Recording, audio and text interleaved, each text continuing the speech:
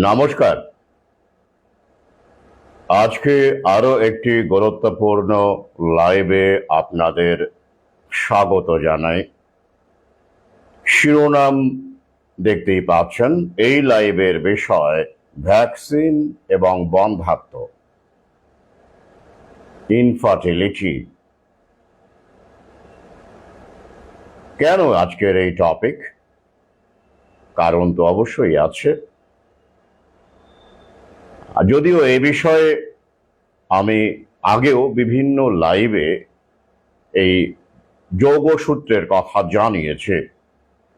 যারা আমার নিয়মিত পাঠক সহযোদ্ধা তারা জানেন, অবগত।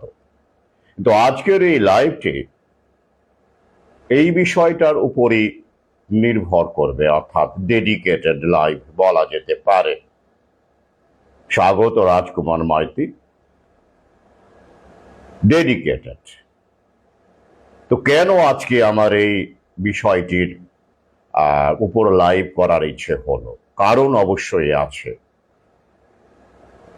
বেশ কিছুদিন ধরে অনেক পিতা মাতা, আপনারা জানেন, তারা যারা গর্ভবতী মায়েরা বা যারা সন্তান প্রসব করে ফেলেছেন বা করেছেন, এমন অনেক কাপল যোগাযোগ করেন। কি উদ্দেশ্যে? তারা ভ্যাকসিনহীন সন্তানের লালন পালন করতে চান প্রাকৃতিক পন্থায়। এই বিষয়ে তারা আমার এবং আমার সহযোদ্ধাদের পরামর্শ চান আর কি। এ বিষয়ে আপনারা জানেন, এরকম বহু নবজাতকের ছবি আমি ফেসবুকে দিয়েছি, যাদেরকে আমি অমৃতের পুত্রকন্যা বলে শিরোনাম হিসেবে ব্যবহার করেছি। আগামীতে আরো বেশ কিছু কাপল আছেন যারা এমন সন্তানের জন্ম দেবেন, তার প্রস্তুতি চলছে। এবং এমনই এক কাপলের সন্তানের, অমৃতের পুত্রের অন্নপ্রাশন উপলক্ষে আমি আগামী মাসে বহরমপুরের উদ্দেশ্যে পাড়ি দিচ্ছি, সেটা আপনারা জানেন, ইতিমধ্যে জানিয়েছি। কিন্তু এই লাইভের বিষয়টা একটু আলাদা, কারণ একটা অন্যরকম প্রত্যাশা যা আমি মাঝে মধ্যে পেয়েছি, সংখ্যায় অবশ্যই কম। তবে গতকাল আরো একজন এইরকম বিষয়ে সাহায্য প্রার্থনা করেছেন। কি বিষয়? না, এটা বিষয়টি একটি ভিন্ন। এই কারণেই এই লাইভের সূত্রপাত, মানে এই আলাদা ডেডিকেটেড লাইভটি করতে চলেছে। তারা আইভিএফ পদ্ধতিতে সন্তান গ্রহণ করছেন এবং তারা চাইছেন তাদের সন্তানকে কোনো ভ্যাকসিন না দিতে।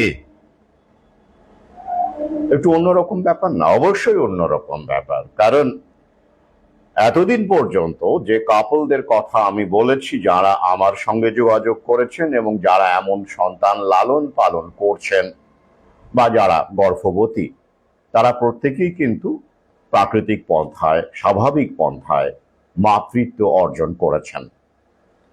কিন্তু যখন কোনো কাপল বা যখন কোনো নারী আইভিএফ পদ্ধতিতে সন্তান গ্রহণ করছেন এবং সন্তানের আশা করছেন, সেই সন্তানকে কি ভ্যাকসিনহীন রাখা যাবে বা তিনি রাখতে পারবেন? কারণ তিনি যে সিস্টেমের মধ্যে ঢুকে পড়েছেন বা ঢুকতে বাধ্য হয়েছেন, সেই সিস্টেম তাকে অ্যালাউ করবে এবং সেটা কতটা কার্যকরী বা হবে, এই বিষয়তে প্রথমে আলোচনা করব।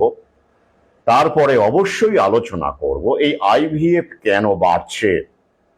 তথ্য বলছে বিগত 5 বছরে সমগ্র বিশ্বজুড়ে এবং বিশেষ করে আমাদের দেশে 20% আইভিএফ এর হার বেড়েছে। দ্য রেট অফ আইভিএফ 20% বেড়েছে। কি করোনামৃত তথা অমৃতের সাফল্যকে অস্বীকার করতে পারেন? 5 বছরে 20% মানে কোন 5 বছর? 20 থেকে 2025 এর মধ্যে কি ঘটনা ঘটেছে আপনারা জানেন না? জানেন তো? করোনামৃত গুঁজে দেওয়া হয়েছে আমাদের দেশের প্রথম ডোজ 98 বা 99% মানুষকে, আর বাকি সবই আপনারা জানেন তার ফলে কি হচ্ছে। এটা খুব ইন্টারেস্টিং অবজারভেশন, এই স্টাডিটা আমি লিংক দিয়ে দেব। তো এখন প্রশ্ন হচ্ছে আইভিএফটা কি? এটা কি অত্যন্ত খারাপ কিছু ব্যাপার? আইভিএফ হচ্ছে ইন ভিট্রো ফার্টিলাইজেশন, তাও আপনারা জানেন। সেটা কি? অর্থাৎ স্বাভাবিক পন্থায়, প্রাকৃতিক পন্থায় যখন কোনো কাপল বা নরনারী বাবা মা হতে না পারেন, তখন তাদের জন্য এই আশীর্বাদ হিসেবে, ব্লেসিং হিসেবে আইভিএফ এর প্রযুক্তি বা টেকনোলজি আমরা দেখতে পাই। এটাকে অবশ্যই আমরা বলতে পারি রিপ্রোডাক্টিভ টেকনোলজি, ফার্টিলিটি টেকনোলজি, যেভাবেই ডাকুন, হেলথ টেকনোলজি, যেভাবেই ডাকুন। তো এটা অবশ্যই একদিক থেকে দেখতে গেলে আশীর্বাদ, blessing, no doubt about it. আমি অমৃত শপথ প্রথম খণ্ডে এই কারণেই ডক্টর সুভাষ মুখোপাধ্যায়কে স্মরণ করে একটি নিবন্ধ লিখেছিলাম। তাকে আত্মহত্যা কেন করতে হলো, তিনি এমন একটি যুগান্তকারী আবিষ্কার তাকে চেপে দেওয়া হলো, সেই সময় বাম আমল চলছে। নিবন্ধটি অনেকেই পড়ে থাকবেন। আইভিএফ এর জনক অবশ্যই আমাদের দেশে তথা এশিয়া মহাদেশে তিনিই প্রথম। তার কৃতিত্ব এখন তাকে দেওয়া হয়। তিনি টেস্ট টিউব বেবি দুর্গার জন্ম দিয়েছিলেন। এটা সাম্প্রতিক কালে, অনেক পরে, তার মৃত্যুর পরে তাকে এই রেকগনিশনটা দেওয়া হয়। তার আগে ডক্টর আনন্দ কুমার, যিনি হর্ষ বলে এক টেস্ট টিউব বেবির জন্ম দিয়েছিলেন, তাকে এই কৃতিত্ব দেওয়া হয়েছিল আমাদের দেশে।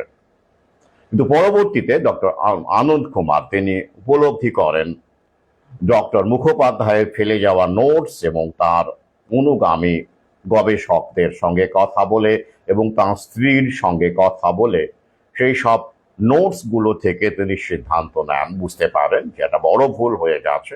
তিনি এদিক থেকে অবশ্যই মহান একজন মানুষ, আমি তাকে বলবো যে তিনি স্বীকার করেন, হ্যাঁ, তার অনেক আগেই ডক্টর মুখোপাধ্যায়, সুভাষ মুখোপাধ্যায় এই কাজটি করেছেন, তিনি পথিকৃৎ। তো সেইভাবে দেখতে গেলে একটু অল্প, মাত্র কয়েক মাসের ব্যবধানের জন্য তিনি প্রথম হননি। লুইজি ব্রাউনের জন্ম হয়েছিল প্রথম আমেরিকাতে, প্রথম বিশ্বে টেস্ট টিউব বেবি হিসেবে। তার কয়েকদিন পর, কয়েক মাসের ব্যবধানেই সুভাষ মুখোপাধ্যায়ের এই কৃতিত্ব, কোনো সন্দেহ নেই। কিন্তু প্রশ্ন হচ্ছে, প্রাকৃতিক পন্থায় যারা বাবা মা হতে পারলেন না, সেই বিরল থেকে বিরলতম ক্ষেত্রে এই টেকনোলজি নিঃসন্দেহে সাধুবাদ জানাতে হবে এই প্রযুক্তিকে। অবশ্যই কম হলেও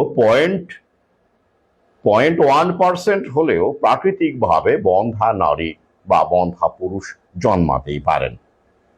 তো তাদের জন্য এই প্রযুক্তি অবশ্যই আশীর্বাদ, ব্লেসিং, কোনো সন্দেহ নেই।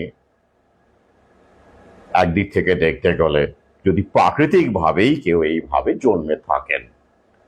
কিন্তু প্রশ্ন হচ্ছে এই বিরলতম 1.1% বা তারও কম, মানে 0.0001%, যেটা ভাবলেই বুঝতে পারবেন কেন এত কম, তাদের কথা ভেবে কি ব্যবসা হবে? মুনাফাটা হবে?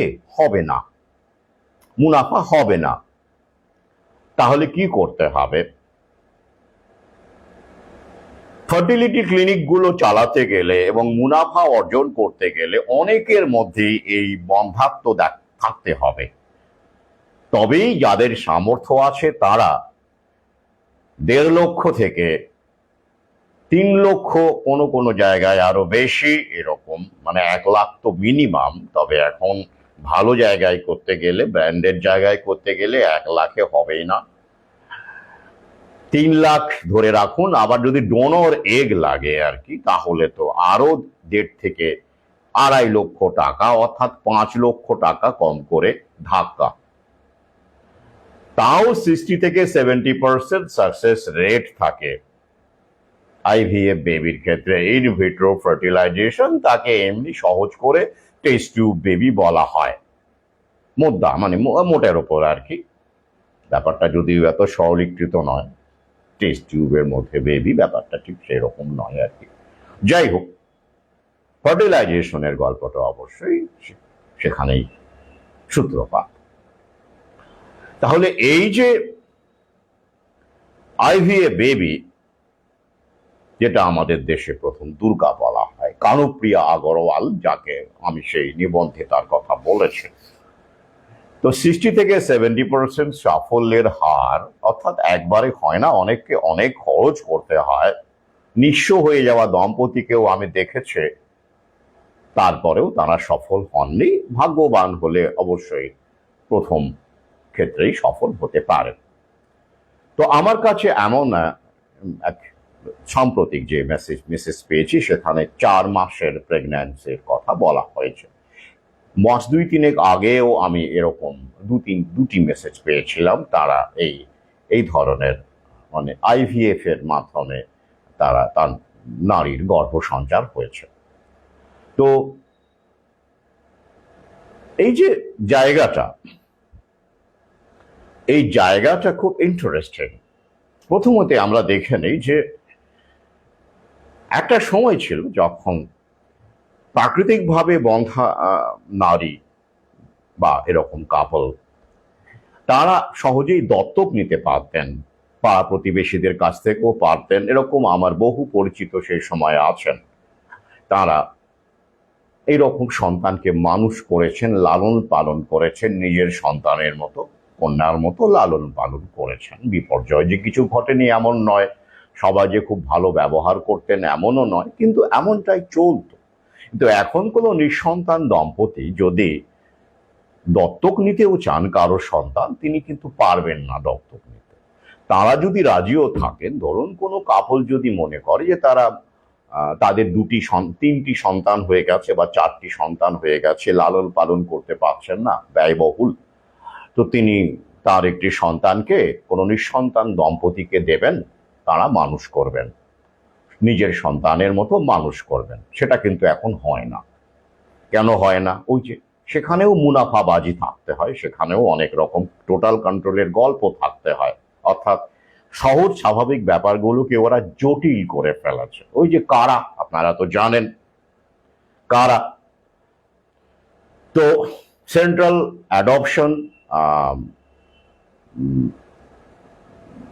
অ্যাডপশন এরকম রেগুলেটরি কমিশন এজেন্সি বা এরকম একটা কিছু, অর্থাৎ মূল কথা সেন্ট্রাল অ্যাডপশন, অর্থাৎ অ্যাডপশনের জন্য একটা কেন্দ্রীয় সংস্থা আছে, তাদের ওয়েবসাইট আছে কারা।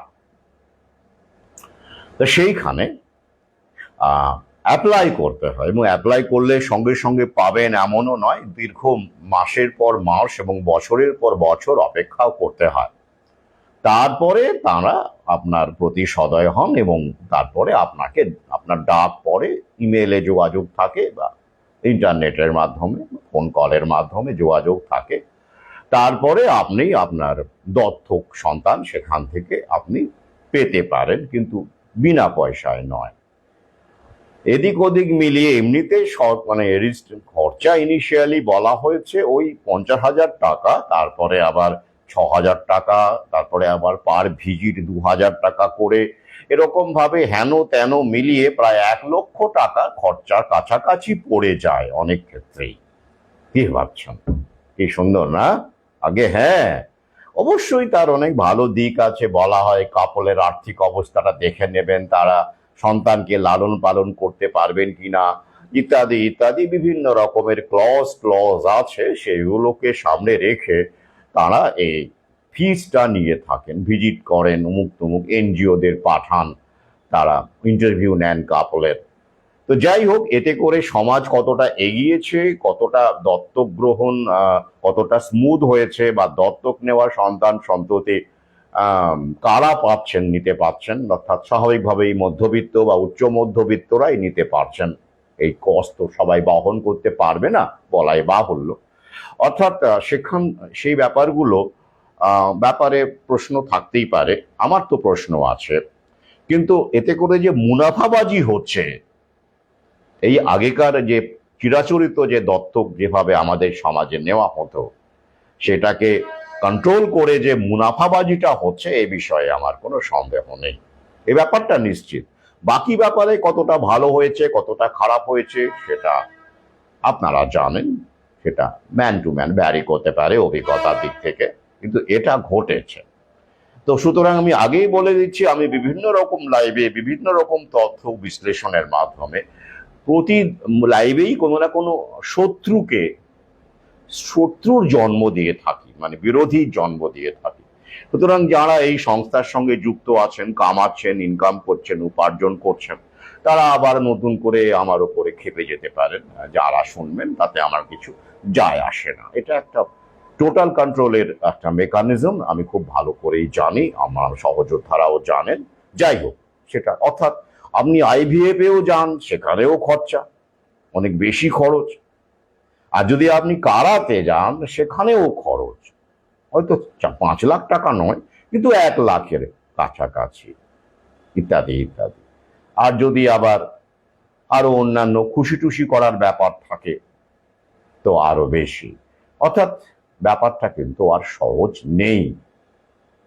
তো এবারে প্রশ্ন এই কাপলদের উদ্দেশ্যে বলি, এবং আপনাদেরও জেনে রাখা উচিত, কারণ এর সঙ্গেই রিলেটেড হচ্ছে বন্ধাত্ম। বন্ধাত্ম বলেই তো আইভিএফ এর গল্পটা আসছে, নইলে কি আসছে না? আসতো না। এবং বন্ধাত্ম যত বাড়ছে, আইভিএফ এর রেট তত বাড়ছে, যেটা বিগত 5 বছরে এই যে স্ট্যাটিস্টিক্স বলছে আমাদের দেশে 20% বেড়েছে। It's not a matter of joke, it's a matter of concern, real concern. তো তাই রিলেটেড। তো প্রথমেই এই বিষয়টা বলি, যারা এই প্রশ্ন করছেন, তারা এই মডার্ন মেডিসিনের খপ্পর থেকে সন্তানকে বাঁচাতে চাইছেন, ভ্যাকসিন নিতে চাইছেন না, ইত্যাদি ইত্যাদি বলছেন যারা, তাদের বলি এটা কিন্তু আপনাদের জন্য নয়। মার্জনা করবেন, নয়। কেন নয়? বিভিন্ন কারণে নয়। প্রথমত আমরা বলি যে অমৃতের পুত্র কন্যা যে বিষয়টা, অর্থাৎ প্রাকৃতিক পন্থায় শিশুর জন্ম এবং তাকে বাড়তে দেওয়া প্রাকৃতিক পন্থায়, তার উদ্দেশ্যটা কি? সুস্থ স্বাভাবিক জীবনযাপন। এটা কাম্য, যাতে করে শিশুটি সুস্থ থাকে এবং স্বাস্থ্যবান হয়ে বেঁচে থাকে, তার ইমিউন সিস্টেম শক্তিশালী থাকে, অ্যাক্টিভ থাকে, ডজন ডজন ভ্যাকসিনের খপ্পরে পড়ে ইমিউন সিস্টেমে 12টা না বাজে, ন্যাচারাল ইমিউনিটি গড়ে ওঠে, এবং প্রাকৃতিক পন্থায় এবং ওই যে খাদ্যই ঔষধ এবং প্রকৃতি থেকে সংগৃহীত বিভিন্ন অনুপান ব্যবহারের ফলে তার আগামী সুস্থ স্বাভাবিক হয়। এই উদ্দেশ্যই তো আমরা বলে থাকি। কিন্তু আপনাদের সন্তান, যারা এইভাবে সন্তান গ্রহণ করছেন, তাদের ক্ষেত্রে ব্যাপারটা স্বাভাবিক নয়, যেহেতু এই সব সন্তান বেশিরভাগ ক্ষেত্রেই দেখবেন এমনিতে কি হয়, যমজ হয়, টুইন্স হয়, অথবা ট্রিপলেটও হতে পারে। এটা কেন হয়, এই সেই বিজ্ঞানের কারণ এখানে আলোচনা করার সুযোগ নেই, দরকারও নেই।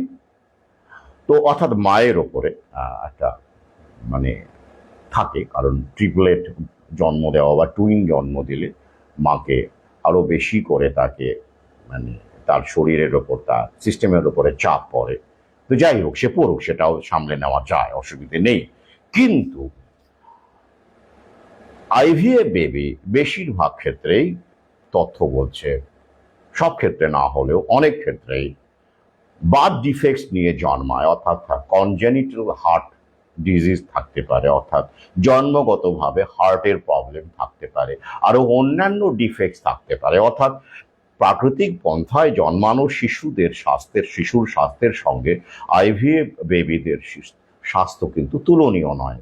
অর্থাৎ ভ্যাকসিন নিন বা না নিন, সেক্ষেত্রে কিন্তু সুস্থতা মানে আপনি আশা করতে পারেন না, মানে 100% সুস্থতার কথাই বলুন বা 90% সুস্থতার কথাই বলুন, আশা করতে পারেন না। বিভিন্ন রকম তাদের মেডিকেশনের ওপরই বেঁচে থাকতে হয়, এবং দেখবেন জন্মের পর থেকে তাদের ওপর বিভিন্ন মেডিকেশন প্রয়োগ করা হয়, এবং মাকেও মেডিকেশনের ওপরে থাকতে হয় স্বাভাবিকভাবেই। এবং আপনি কি করে সেক্ষেত্রে অ্যালোপ্যাথি মানে মডার্ন মেডিসিন অ্যাভয়েড করবেন বলতে পারেন? কি করে পারবেন? এই বিষয়টাই, সিস্টেমটাই তো এই মডার্ন মেডিসিনের ওপরে প্রতিষ্ঠিত। তাই সন্তান জন্মানোর পরে আপনি প্রাকৃতিক পন্থায় তাকে ভ্যাকসিন দেবেন না, ফার্মা কোম্পানির ড্রাগ খাওয়াবেন না, এটা হয়? হতে পারে? হতে পারে না, নাম্বার ওয়ান। নাম্বার টু, আপনি যে সিস্টেমে আছেন, যেখানে জন্মগ্রহণ, আপনি বড় বড় ডাক্তারের নামও অনেকে উল্লেখ করেছেন যারা তাদের দেখভালে আছেন, এবং গর্বের সঙ্গে হয়তো উল্লেখ করেছেন, স্ট্যাটাস সিম্বল হিসেবেও হয়তো উল্লেখ করেছেন, নাও করতে পারেন। এমনটা আমার যেমন এরকম আগ্রহ জেগেছে, মানে তো অবশ্যই আমি বলবো যে তথ্যের জন্যই তারা হয়তো বলেছেন। আপনারা জানেন এই ফার্টিলিটি টেকনোলজির ক্ষেত্রে বেশ কিছু গুরুত্বপূর্ণ ব্যক্তিত্ব নাম অর্জন করেছেন, বিশিষ্ট ব্যক্তি হয়ে উঠেছেন আর কি। তো সেরকম কিছু ব্যক্তির নামও তারা উল্লেখ করেছেন তাদের মেসেজে। তো এবার আপনি যদি তাদের বলেন যে না, আমি আমার সন্তানকে ভ্যাকসিন দেব না একটিও, তারা তো হেসে কুটোপাটি হবেন। ব্যাপারটা কিরকম হবে জানেন? আপনি পাঁকের মধ্যে নেমে, মানে আমার দৃষ্টিভঙ্গি দিয়ে, পাঁকের মধ্যে নেমে, পাঁক ভরা পানা পুকুরের মধ্যে নেমে আপনি গামছার খোঁজ করছেন। মনে হচ্ছে আপনি যে স্নান করার পরে যেমন আমরা গামছা দিয়ে বা টাওয়েল দিয়ে আমরা গা মুছি, তো আপনি ওই পাঁকের মধ্যে থেকে আপনি গামছা খুঁজছেন, এবং ওইখানে দাঁড়িয়ে দাঁড়িয়েই আপনি গা মুছে ফেলবেন গামছা দিয়ে পুকুরের মধ্যে থাকা অবস্থায়। সেটা কি সম্ভব? সম্ভব নয়। এটা আমার মতে। কিন্তু তাঁরা কি বলবেন? ধরুন এইসব বিশিষ্ট ব্যক্তিত্ব যাদের মাধ্যমে আপনি আপনারা বাবা মা হচ্ছেন বা হতে চলেছেন, তারা কি বলবেন? তারা বলবেন আপনারা স্বর্গের মধ্যে ঢুকে পড়েছেন, স্বর্গের মধ্যে ঢুকে আপনার নরকের খোঁজ করছেন। আগে হ্যাঁ, ওটা স্বর্গ। আপনারা এগিয়ে আছেন, তাদের মতে আপনারা এগিয়ে আছেন, কারণ প্রাকৃতিক পন্থায় মা বাবা হওয়াটা ব্যাকডেটেড। আমি এটা বিভিন্নভাবে বলেছি।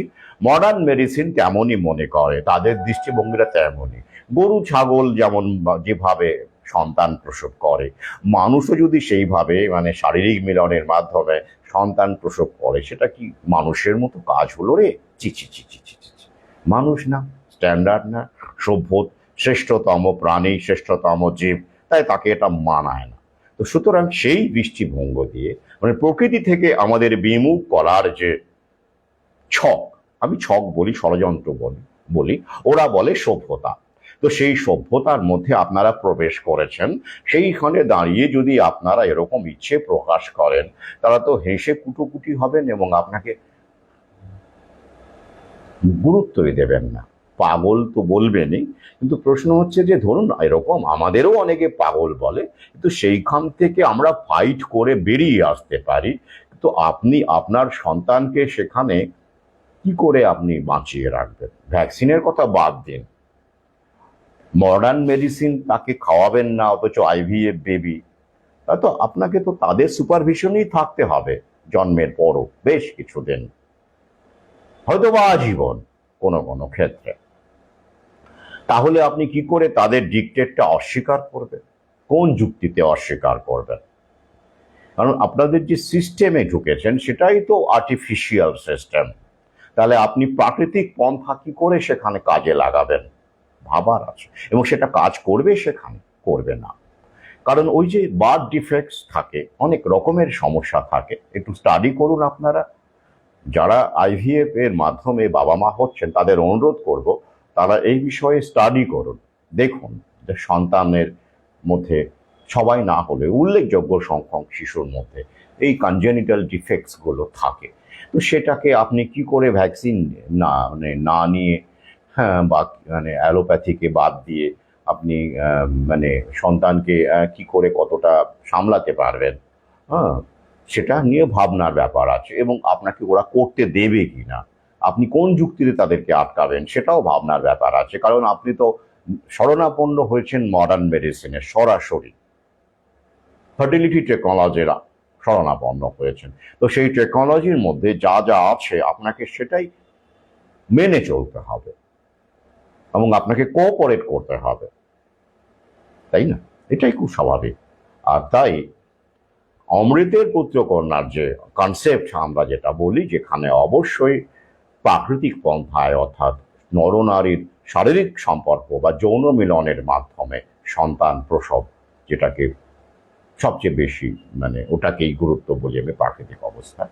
হ্যাঁ, জটিল হলে আলাদা কথা, সেখানে সার্জারি প্রয়োজন হতেই পারে।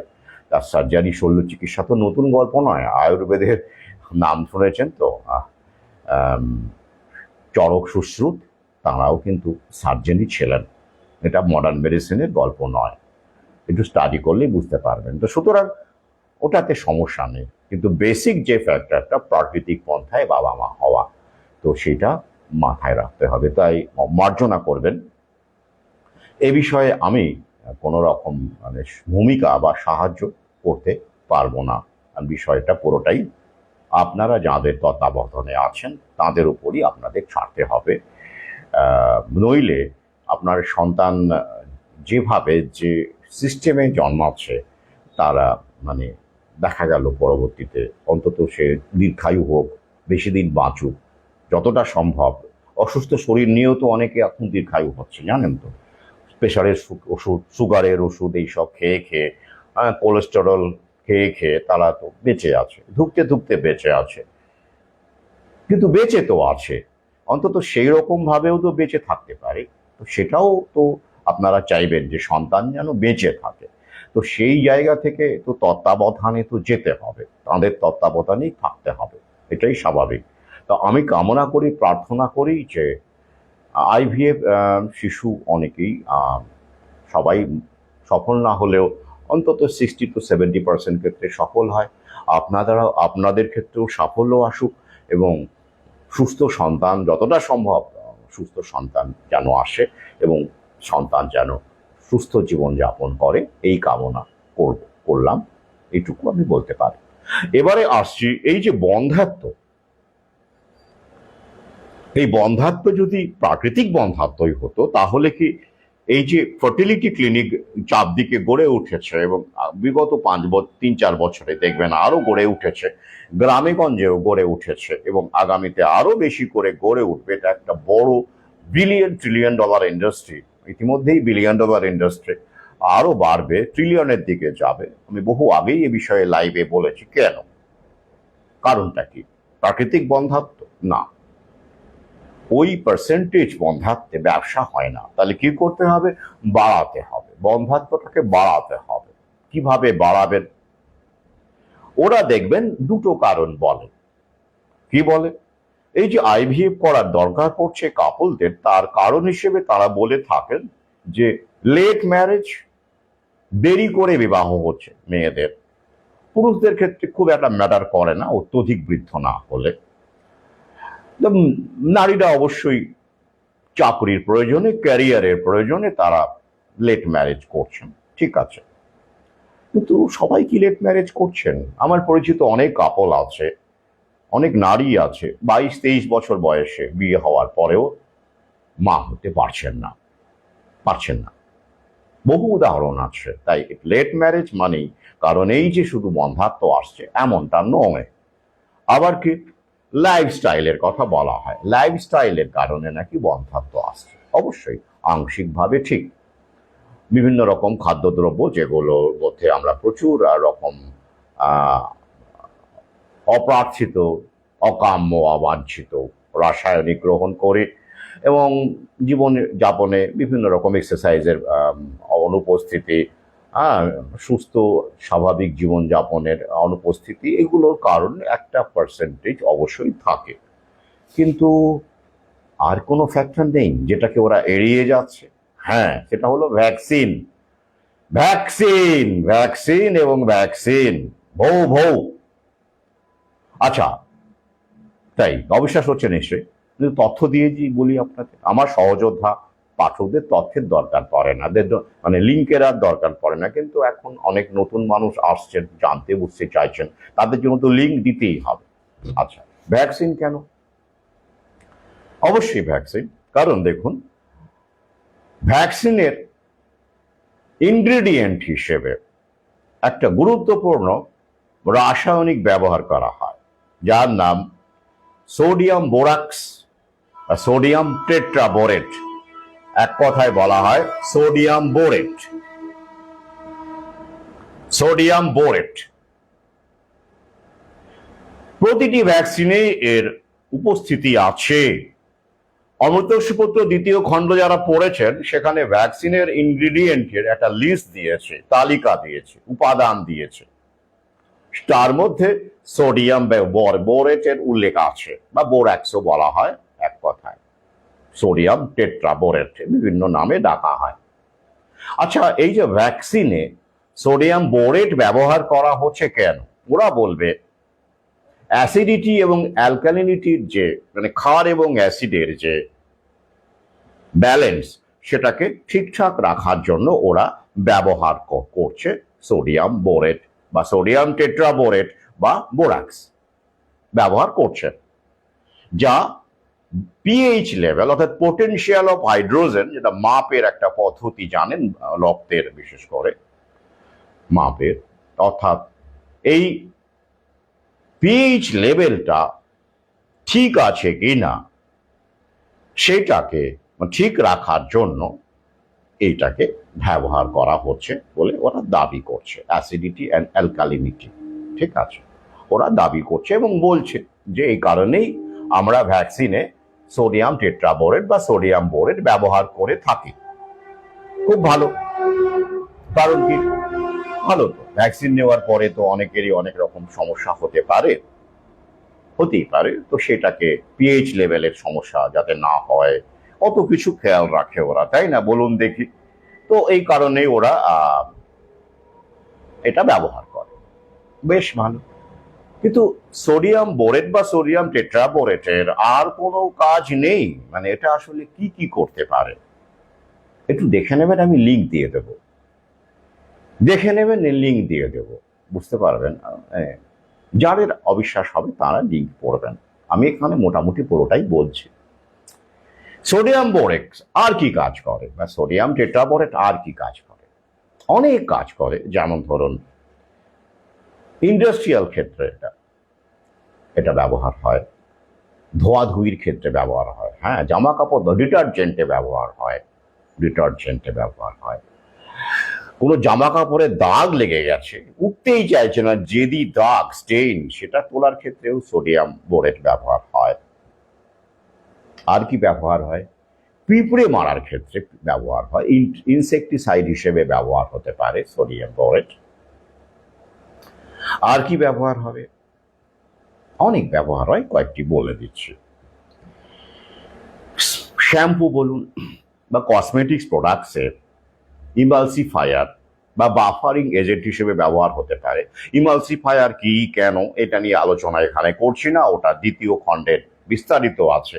ভ্যাকসিনের ইমালসিফায়ারের ব্যবহার হয়, ভ্যাকসিনেও হয়, গুরুত্বপূর্ণ একটি বিষয়, আপনারা পড়ে নেবেন। তাহলে ব্যবহার হয়, অর্থাৎ এই এমন একটা পদার্থ যা ডিটারজেন্টে ব্যবহার হয়, দাগ তোলার ক্ষেত্রে ব্যবহার হয়, শ্যাম্পুতে ব্যবহার হয়, বাথ সোপে ব্যবহার হয়, ময়শ্চারাইজার থেকে শুরু করে শ্যাম্পু, এগুলোতে ব্যবহার হয় কি, ওই প্রিজারভেটিভ হিসেবে ব্যবহার করা হয়। তো সেই জিনিসটা, সেই বস্তুটা যা পিঁপড়ে মরে যায়, পিঁপড়ে মৃত্যু করতে পারে, বা ইনসেকটিসাইড মানে কীট পতঙ্গের মৃত্যু হতে পারে। 5 গ্রাম যদি কোনো শিশু কোনোভাবে ইনজেস্ট করে ফেলে, শিশুটির মৃত্যু করতে পারে। আর একটু বেশি পরিমাণ যদি হয়, 10 গ্রাম 20 গ্রাম এরকম হলে সাবালকের মৃত্যু করতে পারে, অ্যাডাল্ট পিপল হলে। শুধু তাই নয়, যার সংস্পর্শে এলে আই ইরিটেশন হতে পারে, বমি হতে পারে, নশিয়া হতে পারে, গা গুলোনো হতে পারে, এত এত সব অনেক রকম অ্যাডভার্স হেলথ ইভেন্টস হতে পারে, যেটাতে মানে যার প্যাকেটে এই কশনটা উল্লেখ থাকে, যা ক্ষতিকর ব্যাপারটা সাবধান করা থাকে, উল্লেখ থাকে, লেখা থাকে। তো সেই সোডিয়াম টেট্রাবোরেট বা সেই বোরেট, সোডিয়াম বোরেট কেন ভ্যাকসিনে ব্যবহার করা হচ্ছে? সব কটা ভ্যাকসিনেই থাকে, কম বেশি থাকে। তবে আজকে যে বিশেষ কয়েকটি ভ্যাকসিনের কথা বলবো, তার টাইমিংটা বুঝবেন। টাইমিংটা বুঝলেই আরো বেশি পরিষ্কার হয়ে যাবে, তাহলেই সব কটা ভ্যাকসিন নিয়ে আলোচনার দরকার নেই। তো এই যে সোডিয়াম বোরেট বা সোডিয়াম টেট্রাবোরেট আর কি কাজ করে? এত সব কাজ করে, আর কি কাজ করে? হরমোনের সর্বনাশ ঘটায়। Hormone, female hormone, mail hormone, যাই হোক, তার থেকে যে ঘটনাগুলো ঘটে তা হলো পুরুষের ক্ষেত্রে টেস্টিসকে অ্যাট্রফি করে দেয়, অর্থাৎ ওয়েস্ট অ্যাওয়ে করে দেয়। টেস্টিস মানে বুঝতে পারছেন তো? হ্যাঁ, টেস্টিস, বীর্যথলি, অকেজো করে দেয়, ধীরে ধীরে ওয়েস্ট অ্যাওয়ে করে দেয়। আর কি করে?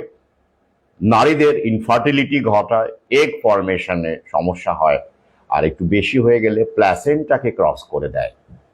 প্ল্যাসেন্টা মানে জানেন তো?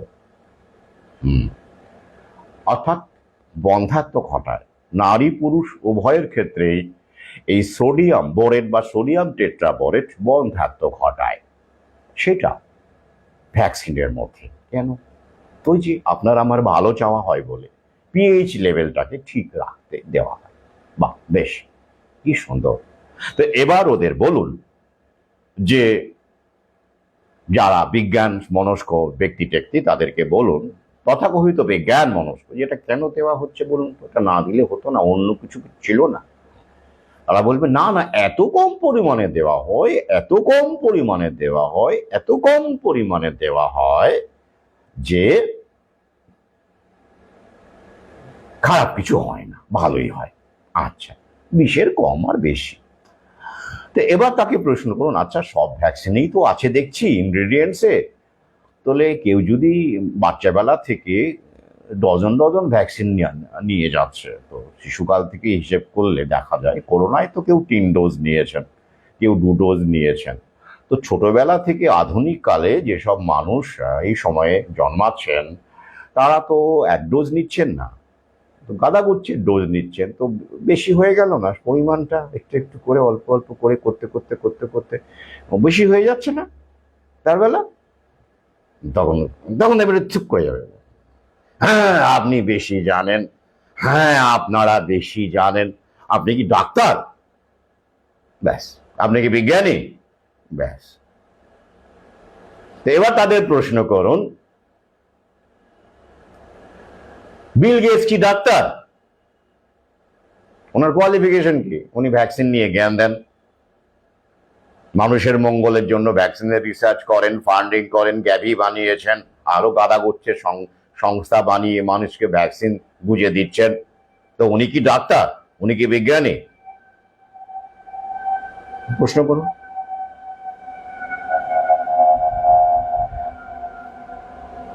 আরো প্রশ্ন করতে পারেন, এই যে স্বাস্থ্য সংস্থা, ওয়ার্ল্ড অর্গানাইজেশনের যে অধিপতি টেড্রোস আধানাম ঘেব্রেসিয়াস, তিনি কি ডাক্তার?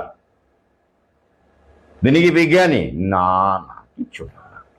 দেখুন, সার্চ করে নিন, সার্চ করে নিন। ইনি আমি লাইভে বলেছি, বহু বলেছি, উনি আসলে কি দালাল, ওনার কিচ্ছু নেই এসব।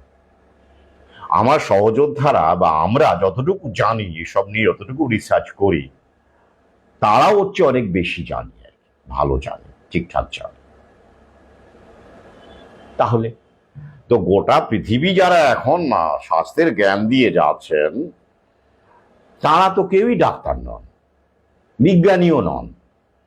তাহলে আমি কেন আপনাকে প্রশ্ন করতে পারি না? আমি প্রশ্ন করলেই আপনি বলবেন যে আমি বিজ্ঞানী না ডাক্তার। এই হলো ব্রেন ওয়াশড পিপল অথবা শয়তানদের, যারা জানেন সব। টপ লেভেলের হলে তো কেউই নিচ্ছেন না, কিন্তু তারা আপনাদের বলবেন না। বিল গেটস তার সন্তানদের কটা গুঁজেছেন, এ নিয়ে মাঝে মাঝে অনেক দেখবেন সোশ্যাল মিডিয়ায় তথ্য থাকে, তারা আবার চেপে দেয়, রয়টারকে দিয়ে ফ্যাক্ট চেক করায়, না না উনি নিয়েছেন। অথচ বিল গেটসের সন্তানদের চিকিৎসকই জানিয়েছিলেন যে তারা ভ্যাকসিন নেয়নি। তাহলে কোথায় আছেন, কি বুঝবেন? তা শয়তান নয় এরা? শয়তান। তাহলে শয়তান টপ লেভেলে আছে, তারা শয়তান, তারা সব জানে। They are aware of everything. They are simply in health business and depopulation business. কিন্তু বাকিরা যারা ডাক্তার, এমবিবিএস, এমডি, তারাও এখন অনেকে বুঝতে পারছেন, কিন্তু বুঝতে পেরে আবার লাইসেন্সটা চলে যাবে। অ্যান্ড্রিউ ওয়েকফিল্ডের মতো, যার লাইসেন্স চলে গিয়েছিল, তারা চুপ করে আছেন, এবং তারাও অবশ্যই শয়তান। একটা সংখ্যক, সামান্য একটা সংখ্যক, আমি কিছু মার্জনা করবেন, আমার কিছু যায় আসে না, অবশ্যই শয়তান। নিজের পদটাকে, নিজের লাইসেন্সটাকে বজায় রাখার জন্য যে সব চিকিৎসক সোচ্চার হন না, অন্তত সোশ্যাল মিডিয়াতে সোচ্চার হন না, বা অন্তত রোগীদেরকে বলেন না যে না, নেওয়ার দরকার নেই, এমনও বলেন না, তাদের আমি শয়তানি বলি। এই যে অধম আপনাদের সামনে বসে এত লোকের ঘৃণা, বিদ্বেষ, শত্রুতা কুড়িয়ে চলেছে, এবং যতদিন বাঁচবে কুড়িয়েই যাবে। তো এই অধম যদি ভ্যাকসিনটা নিজে না নিত এবং পরিচিত কয়েকজনকে আড়ালা করে গোপনে ফোন করে অ্যালার্ট করে দিত, বা নাই বা দিতে পারত, বা আপনজন দু একজনকে বিরত করত, করে ফেসবুকে বা সোশ্যাল মিডিয়ায় বা বাস্তব জীবনে শুধু বইয়ের পর বই লিখে যেত, মেইন স্ট্রিম মিডিয়ার দালালি করত, তাহলে অধম এখন কতদিনে কোথায় আপনাদের মতে সাফল্যের যে ডেফিনেশন, তাতে করে কোন চূড়ায় উঠে যেত বলুন দেখি? ব্র্যান্ডের চূড়ায়। লেখক সাহিত্যিকের তখন ব্র্যান্ড থাকে, বাজার থাকে, বাজারি পত্রিকা থাকে। এই অধম তো 2017-18 সালেই ইউরোপ ঘুরে এসেছে লেখালেখির সূত্রে, তাহলে কোথায় যেত? কিন্তু ওই যে তার জন্য শয়তান হতে হতো, এই শয়তানিটা আমি করতে পারিনি এবং করতে পারবো না। তাই আমি যা করিনি এবং আমার প্রিয়জনদের যা নিষেধ করেছি, সবাইকেই তা একই কথা বলি, অফিসিয়ালি এটাই বলি, জেনে বুঝে নিন কি আছে। আপনি একটা বেগুন কিনতে গেলে আপনি দেখে নেন যে কানা বেগুন কিনা, সেটাও দেখে নেন, আপনার শরীরে ওরা কি ঢোকাচ্ছে সেটা আপনি দেখে নেবেন না। আপনি তো খুব সরল বিশ্বাসী মানুষ নাকি? সরকার বলছে তাই ভালো, বিল গেটস বলছে তাই ভালো, খুব সরল বিশ্বাসী মানুষ, তাই না? তাহলে আপনার আশপাশের মানুষ, পাড়া প্রতিবেশীকে কি চোখ বন্ধ করে বিশ্বাস করেন? আপনি তো আপনার প্রিয়জনদেরই বিশ্বাস করেন না, কে কখন বাঁচ দেবে তার ঠিক আছে, কিন্তু আপনি সরকারকে বিশ্বাস করেন, বিল গেটসকে বিশ্বাস করেন, তাই তো? একে বলে কি বলুন তো? বজ্র ওয়াটুনি ফসকা গেরো, পেনি ওয়াইস পাউন্ড ফুলিশ। আপনি আপনার আশপাশের মানুষকে, এমনকি আত্মীয় স্বজনকেও অবিশ্বাস করছেন। হ্যাঁ, সবাই সুবিধেবাদী, কেউ একটু বিপদে পড়ে টাকা পয়সা চাইলে দেন না, অ্যাভয়েড করেন, অর্থটা বাঁচান,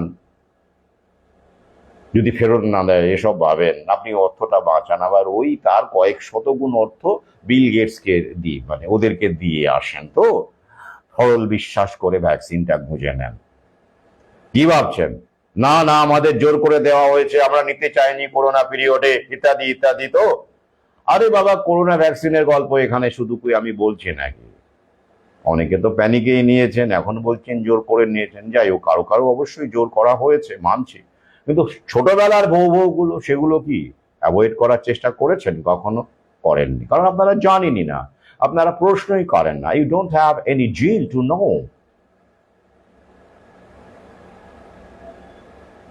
you don't have any zeal to no.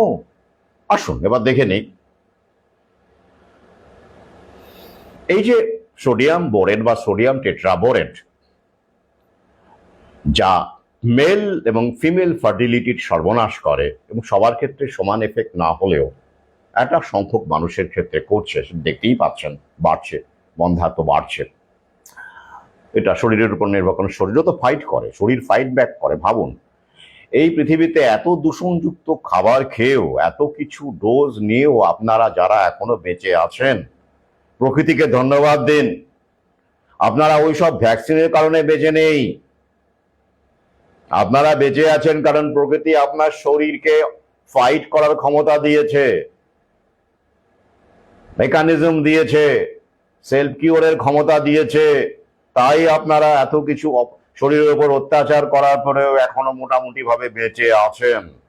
Thanks mother nature, thanks to mother nature. যাই হোক, এবার দেখে নেব, যারা অবিশ্বাস করছে লিঙ্ক দিয়ে দেব, নির্ভরযোগ্য লিঙ্ক, 1000টা লিঙ্ক দিয়ে দেব। তো এবার শুরুতেই যে ভ্যাকসিনটা দেওয়া হয়, টাইমিংটা দেখুন, জন্ম হওয়া মাত্র, immediately after birth, shortly after birth. এই দুটো ভ্যাকসিনের নাম এখানে আলাদা করে উল্লেখ করা আছে। যে অন্য ভ্যাকসিনে যদি আপনি বলেন না, সব ভ্যাকসিনেই থাকে, কিন্তু ধরুন যারা আমাকে মানে ঠিকঠাক নতুন এসেছেন, এখনো বিশ্বাস করতে চাইছেন না, হ্যাঁ সব ভ্যাকসিনে থাকে, কে বললো আপনি? বাদ দিন, ধরে নিন এই অধম মিথ্যে কথা বলছে, সব ভ্যাকসিনে থাকে না। কিন্তু এখানে পরিষ্কার করে দুটো ভ্যাকসিনের উল্লেখ করা আছে, তিনটে ভ্যাকসিনের উল্লেখ করা আছে, সব ভ্যাকসিনেই থাকে বলেই দিয়েছে। তার সত্ত্বেও আলাদা করে দু তিনটি ভ্যাকসিনের উল্লেখ করা আছে এখানে আলাদা করে, যেখানে সোডিয়াম বোরেট ব্যবহার করা হয়। কোথায়?